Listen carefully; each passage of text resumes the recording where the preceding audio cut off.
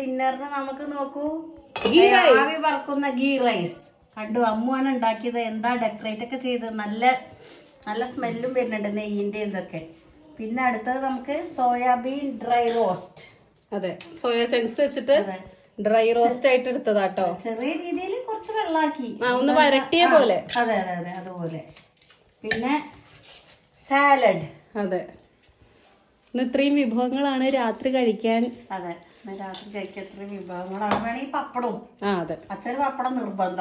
അതെ, അപ്പൊ അതുമായി. അപ്പൊ ഇന്നതൊന്ന് മിക്സ് ചെയ്തോളൂ അമ്മേ. നിങ്ങൾ ഇങ്ങനെ തന്നെയാണോ ഗീ റൈസ് ഉണ്ടാക്കുക എന്നൊക്കെ ഉള്ളത് പറയൂ കേട്ടോ.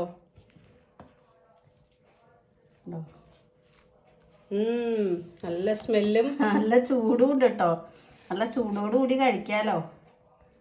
അപ്പൊ കൂട്ടുകാർക്ക് എന്തൊക്കെയാണ് രാത്രി ഡിന്നറിന് എന്നുള്ളത് കമന്റ് ചെയ്യൂ കേട്ടോ. കുറെ പേര് ചോദിച്ചായിരുന്നല്ലോ ഈ സാരിക്ക് എങ്ങനെയാണ് റേറ്റ് വരുന്നത്, നല്ല ഭംഗിയുണ്ട് കാണാൻ, ഉടുത്തിട്ടും രസമുണ്ട് എന്നൊക്കെ പറഞ്ഞ് വാട്സപ്പിൽ മെസ്സേജ് അയച്ചായിരുന്നു. ഇതിന് 195 രൂപയുള്ളൂ കേട്ടോ. അപ്പോൾ ഇഷ്ടമായവരൊക്കെ വാങ്ങിക്കോളൂ. ബൈ.